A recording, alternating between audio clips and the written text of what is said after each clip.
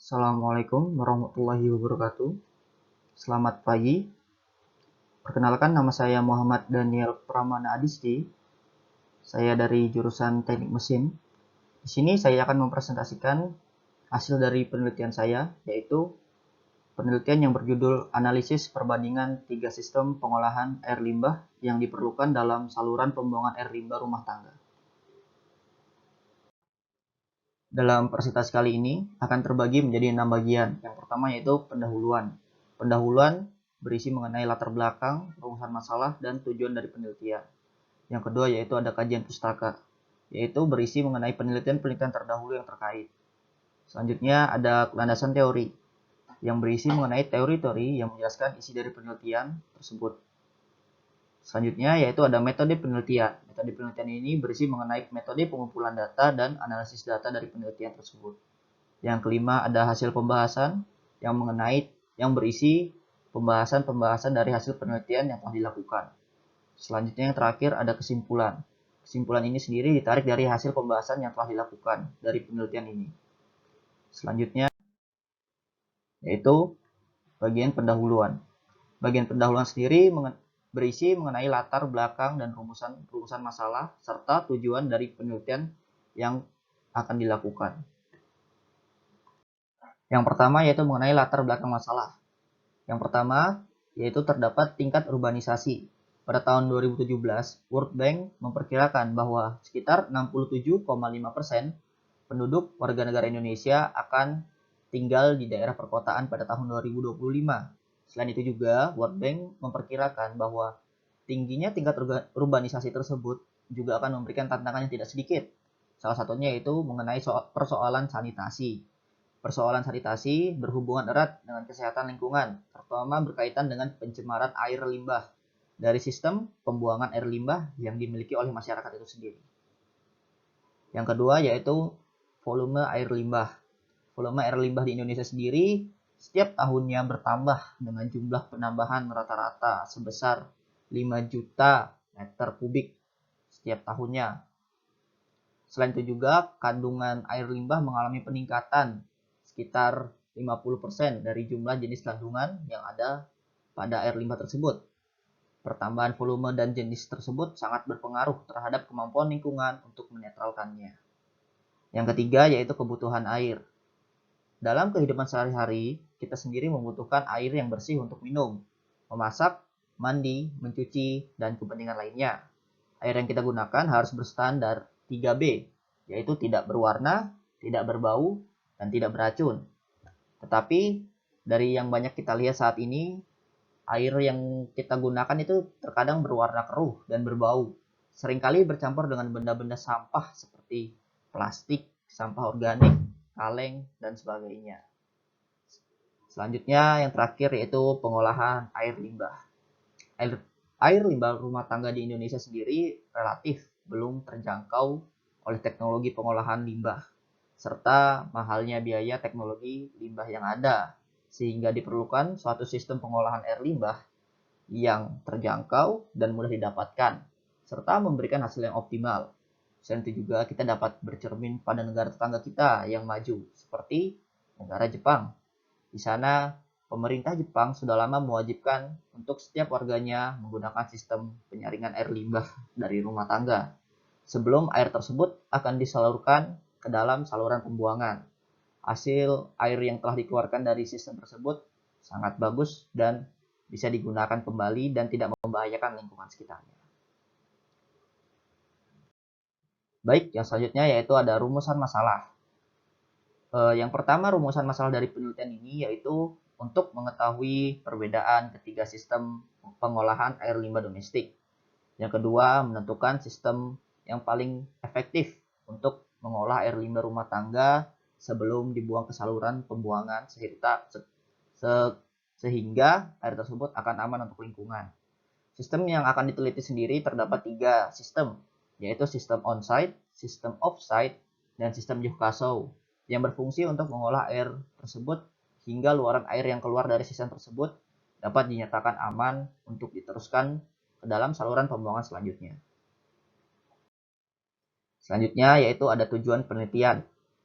Tujuan penelitian ini yaitu untuk membandingkan 3 sistem pengolahan air limbah rumah tangga yang efektif untuk menciptakan suatu sistem drainase air yang sehat dan desain dari rancangan sistem yang dapat bekerja secara optimal dan cara kerja dari sistem tersebut untuk mengurangi polusi dan kontaminasi dalam air pembuangan sebelum diteruskan ke dalam sungai ataupun laut. Baik, selanjutnya yaitu terdapat manfaat penelitian dalam penelitian kali ini, yaitu terdapat 3 manfaat penelitian. Yang pertama yaitu untuk mengetahui apa saja hal penting dalam sistem pengolahan air limbah rumah tangga. Yang kedua, memberikan wawasan pada masyarakat yang ingin menentukan sistem yang efektif dalam pengolahan air limbah rumah tangga. Selain itu juga, penelitian ini juga dapat bermanfaat pada penelitian selanjutnya. Penelitian ini mungkin dapat dijadikan sebagai bahan referensi untuk mengurangi dampak-dampak dari polusi air limbah rumah tangga tersebut. Baik itu dalam bentuk produk baru ataupun produk dari penulis yang diinovasikan lagi untuk menjadi teknologi yang dapat mengurangi dampak-dampak dari air limbah tersebut. Selanjutnya, kita masuk ke bagian kedua yaitu kajian pustaka. Dalam kajian pustaka ini berisi tentang penelitian yang pernah dilakukan yang berkaitan dengan sistem pengolahan air limbah rumah tangga. Penelitian-penelitian tersebut memiliki tujuannya masing-masing yang diyakini bisa dijadikan sebuah landasan ataupun referensi untuk dapat menggunakan atau untuk dapat berguna untuk melanjutkan dari penelitian ini. Pada bagian ini terdapat penelitian-penelitian terdahulu, yang diantaranya di sini saya mencantumkan 3 penelitian terdahulu. Yang pertama yaitu penelitian yang dilakukan oleh Dr. Insinyur Haji Hidayati MSI pada tahun 2015 yang berjudul Manajemen Pengelolaan Air Limbah Rumah Tangga, Manajemen Pengelolaan Air Limbah Domestik di Provinsi Sumatera Utara. Beliau mengemukakan bahwa sistem penyaluran air limbah domestik, sistem offsite yang saat ini dikelola oleh PDAM, cakupannya masih terbatas dan membutuhkan perpipaan, biaya perawatan, dan manajemen pengelolaan yang cukup rumit, serta kepadatan penduduk dari Sumatera Utara sendiri memungkinkan untuk menggunakan sistem pengelolaan setempat atau on-site. Yang kedua yaitu dari penelitian yang berjudul Sistem Pengelolaan Air Limbah yang dilakukan oleh Kencanawati STMSI pada tahun 2016. Beliau mengatakan bahwa bila pengelolaan limbah hanya diarahkan pada kegiatan pengolahan limbah, maka beban kegiatan di instalasi pengolahan air limbah akan sangat berat, membutuhkan lahan yang sangat luas dan peralatan yang lebih banyak, teknologi dan biaya yang sangat tinggi. Yang ketiga yaitu penelitian yang dilakukan dari Universitas Maritim Raja Ali Haji oleh Fakultas Ilmu Kelautan dan Perikanan. Winarno pada tahun 2013 menyatakan bahwa tingkat pencemaran perairan pesisir Kecamatan Tanjung Pinang Barat berdasarkan baku mutu limbah cair domestik nomor 112 tahun 2003, nilai pH, BOD, TSS, dan minyak serta lemak meningkat. Hal ini juga diduga karena pada daerah tersebut terdapat banyak jasad-jasad renik dari pembuangan limbah rumah tangga, sehingga dapat menyebabkan meningkatnya kadar-kadar tersebut. Baik, selanjutnya masuki bagian ketiga yaitu landasan teori. Pada bagian ini berisi tentang teori-teori yang menjelaskan dan mendukung isi dari penelitian yang akan saya lakukan. Baik, yang pertama yaitu mengenai sistem on-site. Sistem ini merupakan sistem pengelolaan air limbah di mana pengumpulan, pengolahan, dan pembuangan air limbah yang bertempat sekitar lokasi dari sumber air limbah tersebut, sehingga diletakkan tidak jauh dari sumber air limbah. Dalam praktek sehari-hari dapat dilakukan dengan cara individual, yaitu pengelolaan yang dilakukan oleh masing-masing keluarga pada setiap rumah dan komunal, yaitu dengan pengelolaan yang dilakukan secara bersama-sama oleh beberapa keluarga yang biasanya berupa jamban jamak, MCK, atau tangki septik komunal. Selain itu juga beberapa jenis teknologi on-site system yang terdapat di Indonesia sendiri terdapat pit layerness, cubluk, atau sistem sanitasi tanpa air, purflush, serta tangki septik atau sistem sanitasi dengan air, yang dimana di Indonesia sendiri paling umum digunakan yaitu sistem pengelolaan tangki septik. Selanjutnya yaitu sistem offsite. Sistem sanitasi terpusat atau offsite sanitation merupakan sistem pembuangan air buangan rumah tangga, yaitu air mandi atau air cuci dari dapur dan limbah kotoran yang disalurkan keluar dari lokasi perkarangan rumah masing-masing ke saluran pengumpul air buangan, dan selanjutnya saluran tersebut akan disalurkan secara terpusat ke bangunan pengolahan air buangan sebelum selanjutnya akan dibuang ke badan perairan. Adapun jenis dari teknologi offsite system ini yaitu merupakan rangkaian sistem jaringan yang dapat berupa sistem sewerage konvensional dan sistem sewerage tidak konvensional. Di Indonesia sendiri, sistem penyaluran air limbah domestik terpusat saat ini banyak digunakan di seluruh Indonesia, dikelola oleh instansi pengelolaan air limbah atau IPAL. Pengolahan air limbah dengan buatan alat dilakukan pada instalasi pengolahan air limbah atau IPAL dilakukan melalui 3 tahapan, yaitu yang pertama primary treatment, yang kedua secondary treatment, dan yang terakhir yaitu tertiary treatment atau pengolahan lanjutan. Baik, selanjutnya yaitu sistem Johkaso. Sistem Johkaso sendiri merupakan salah satu instalasi pengolahan air limbah dengan paket menggunakan sistem setempat dan juga dapat melayani sistem pengolahan di perumahan. Sistem Johkaso sendiri mengolah limbah cair yang berasal dari toilet, kamar mandi, dapur, dan cucian.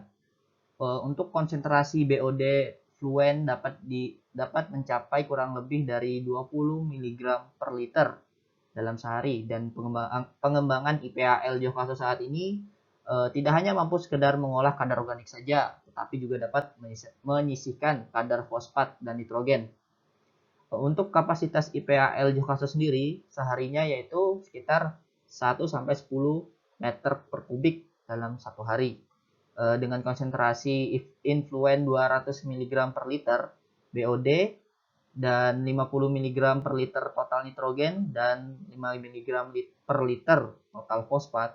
Sistem Johkaso sendiri ini termasuk dari sistem sanitasi hibrida atau sistem sanitasi modifikasi dari kedua sistem onsite maupun offsite. Sistem Johkaso sendiri terdiri dari beberapa proses, yaitu dalam pengolahannya air limbah domestik. Yang pertama yaitu ada prasedimentasi 1 yang merupakan pengendapan partikel disket. Yang kedua yaitu ada prasedimentasi 2 yaitu tempat pengendapan partikel flocculant. Dan terakhir ada kontrak aeration tank atau merupakan tempat terjadinya kontak antara air dan udara karena pergerakan air secara alami. Baik, selanjutnya yaitu masuk ke bagian metode penelitian. Pada bagian ini berisi mengenai tentang metode pengumpulan data dan analisis data. Teknik pengumpulan data yang dilakukan pada penelitian kali ini yaitu menggunakan metode meta-analisis, yang dimana meta-analisis sendiri merupakan suatu teknik statistika untuk menggabungkan hasil dari 2 penelitian atau lebih, sehingga diperoleh paduan data secara kuantitatif. Dengan metode ini, peneliti akan merangkum data-data dari penelitian terdahulu yang terkait dengan pengolahan limbah air domestik secara kuantitatif. Pengumpulan data-data juga bersumber dari literatur-literatur ilustratif yang berfungsi sebagai literatur pendukung. Untuk analisis data sendiri menggunakan metode komparatif. Metode komparatif sendiri merupakan metode yang dilakukan dengan mengungkapkan suatu analisa dengan membandingkan suatu kelompok atau variabel tertentu. Pada analisis tersebut bertujuan untuk dapat menghubungkan teori dan membandingkan variabel yang didapatkan dari berbagai sumber tersebut, sehingga penulis lebih mudah untuk mendapatkan kesimpulan dari hasil akhir yang diharapkan pada penelitian kali ini. Baik, memasuki bagian hasil dan pembahasan. Pada bagian ini yaitu berisi tentang pembahasan dari hasil penelitian yang telah dilakukan. Dari hasil penelitian yang telah dilakukan, terdapat perbandingan dari ketiga sistem pengolahan air limbah domestik tersebut. Sistem yang pertama yaitu sistem on-site. Dari spesifikasi sistem on-site sendiri yaitu limbah air dari pembuangan tidak dikumpulkan atau disalurkan, sehingga air tersebut tidak perlu dialirkan menuju suatu saluran tertentu untuk pengolahan lebih lanjut. Yang kedua yaitu terdiri dari satu atau dua bangunan berukuran kecil sebagai tempat sistem pengolahan air limbah, sehingga air tersebut dapat ditampung pada bangunan tersebut untuk diolah kembali. Yang ketiga yaitu sistem ini terbagi tiap-tiap rumah terpisah, sehingga sistem tersebut tidak tergabung pada rumah lain dan memiliki sistem sendiri-sendiri dari tiap rumah-rumah yang ada. Selanjutnya yaitu sistem offsite. Sistem offsite sendiri memiliki spesifikasi sebagai berikut, yaitu limbah air dari pembuangan dialirkan ke lokasi penampungan atau pengolahan. Yang kedua, memerlukan lokasi yang luas untuk pembangunan dan membangun dari sistem pengolahan air limbah tersebut. Yang ketiga, sistem satu saluran dari semua rumah, sehingga aliran dari saluran pembuangan lain dialirkan menjadi satu saluran untuk dialirkan menuju tempat pengolahan dari air limbah tersebut. Yang ketiga, sistem Johkaso. Spesifikasinya yaitu limbah air dari pembuangan dikumpulkan pada tempat atau penampungan yang terletak dekat dari sumber limbah. Dan yang kedua, terdiri dari satu tangki pengolahan yang memiliki beberapa sekat di dalamnya untuk proses pengolahan dari air limbah itu tersendiri. Baru yang ketiga yaitu sistem terbagi tiap-tiap beberapa lingkup perumahan atau bangunan, sehingga sistem tersebut bisa dikatakan modifikasi dari kedua sistem offsite dan onsite tersebut. Selanjutnya yaitu kelebihan dari ketiga sistem pengolahan tersebut. Untuk sistem onsite sendiri yaitu biaya pembuatan yang murah dan pemeliharaan yang mudah, serta teknologi relatif sederhana sehingga mudah diterapkan dan dapat digunakan oleh tiap-tiap rumah dan keluarga masing-masing. Untuk sistem offsite sendiri memiliki sistem keamanan yang terjaga karena dari sistem tersebut yang sangat kompleks digunakan dalam suatu lokasi pengolahan air limbah. Dikerjakan di bawah pengawasan instansi sehingga terstruktur dengan baik dan dapat meminimalisir adanya kesalahan-kesalahan dalam pengolahan air limbah. Lalu mengatasi kendala kepadatan penduduk yang sangat padat. Untuk kepadatan penduduk yang sangat padat akan susah untuk menerapkan sistem onsite dikarenakan lokasi jarak antara rumah-rumah tentu saja akan sangat padat. Yang ketiga yaitu sistem Johkaso. Sistem Johkaso sendiri memiliki kelebihan diantaranya yaitu biaya pembuatan yang murah, biaya pemeliharaan dan pengoperasiannya yang sangat terjangkau. Yang terakhir, instalasi juga dapat dikerjakan sendiri sehingga tidak memerlukan terlalu banyak tangan untuk dapat melakukan instalasi, ataupun instalasi juga tidak perlu dilakukan di bawah pengawasan suatu instansi tertentu. Baik, selanjutnya yaitu kekurangan dari kedua sistem pengolahan. Untuk sistem onsite sendiri yaitu yang pertama tidak cocok dengan daerah yang memiliki tingkat kepadatan penduduk yang sangat tinggi. Lalu tidak cocok bila digunakan pada daerah dengan muka air tanah yang tinggi dan daya resapnya tanah yang sangat rendah. Yang terakhir, hasil dari proses pengolahan berupa gas karbon dan dioksida dan metana. Hal ini tentu saja sangat berbahaya jika daerah tersebut memiliki daya resap tanah yang sangat rendah, sehingga hasil buangan dari gas karbon dioksida dan metana tersebut dapat berbahaya bagi lingkungan sekitarnya. Untuk sistem offsite sendiri, yaitu biaya pembangunan yang sangat mahal, tentu saja dikarenakan bangunan tersebut memerlukan biaya yang lebih untuk dapat membangun suatu sistem yang sangat besar. Lalu memerlukan lahan yang luas untuk membangun sistem pengolahan air. Yang ketiga yaitu biaya operasi dan pemeliharaan yang tinggi dan diperlukan tenaga kerja yang handal dalam pengoperasiannya. Untuk sistem Johkaso sendiri merupakan hasil modifikasi dari kedua sistem tersebut dan memiliki kelebihan dari kedua sistem tersebut. Sistem ini dapat digunakan untuk sistem untuk tempat yang tidak memiliki lahan yang cukup luas dan biaya pemeliharaannya serta instalasinya terjangkau. Sistem ini juga memberikan hasil yang optimal untuk mengolah air tersebut sehingga aman untuk diteruskan ke saluran pembuangan lanjutan. Sehingga sistem Johansson sendiri tidak memiliki kekurangan untuk saat ini dikarenakan sistem tersebut memang dirancang merupakan modifikasi dari kedua sistem onsite dan offsite sehingga tidak memiliki kekurangan dari kedua sistem tersebut. Selanjutnya itu untuk sistem yang paling efektif diterapkan untuk saat ini di Indonesia sendiri yaitu sistem Jokaso. Sistem Jokaso merupakan sistem modifikasi dari kedua sistem onsite dan offsite sehingga memiliki kelebihan dan memiliki kelebihan dari kedua sistem masing-masing dan tidak memiliki kekurangannya. Untuk keunggulannya sendiri sistem Jokaso memiliki biaya pembuatan yang tergolong murah. Instalasi dapat dikerjakan sendiri, biaya pemeliharaan dan pengoperasiannya terjangkau. Tidak membutuhkan area yang luas untuk pengaplikasian sistem ini. Lalu luaran dari pengolahan air ini tidak berpotensi untuk mencemari lingkungan, tidak seperti sistem on-site sendiri yang luarannya berupa karbon dioksida dan gas metana. Yang terakhir yaitu hasil modifikasi kedua sistem on-site dan off-site sehingga sistem Jokaso ini tidak memiliki kekurangan dari kedua sistem tersebut. Baik, selanjutnya kita memasuki bagian terakhir dari presentasi kali ini yaitu kesimpulan dari hasil penelitian yang telah dilakukan.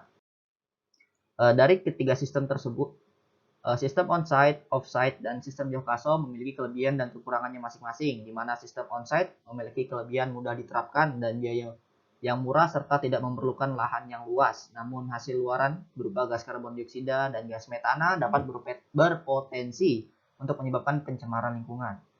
Sistem offsite memiliki kelebihan sistem instalasi yang kompleks dan memiliki keefektifan untuk mengelola air limbah dengan sangat baik sehingga luaran yang dihasilkan aman untuk lingkungan. Untuk Jokaso sendiri merupakan sistem hasil modifikasi dari kedua sistem tersebut sehingga memiliki kelebihan dari kedua sistem tersebut sehingga sistem Jokaso ini dapat digunakan pada lahan yang tidak terlalu luas dan biaya pemeliharaannya juga terjangkau serta instalasi yang mudah dilakukan. Sistem ini juga memberikan hasil yang optimal dan sangat aman untuk diteruskan ke saluran pembuangan lanjutan sehingga dapat disimpulkan bahwa sistem Jokaso sendiri adalah sistem yang paling efektif untuk digunakan karena dapat diterapkan pada lingkungan sekitar rumah tangga maupun lingkungan di perkantoran dan sekolah-sekolah tertentu. Baik. Sekian hasil dari presentasi saya, kurang lebihnya mohon dimaafkan bila ada kesalahan. Saya ucapkan terima kasih dan Assalamualaikum warahmatullahi wabarakatuh. Selamat pagi.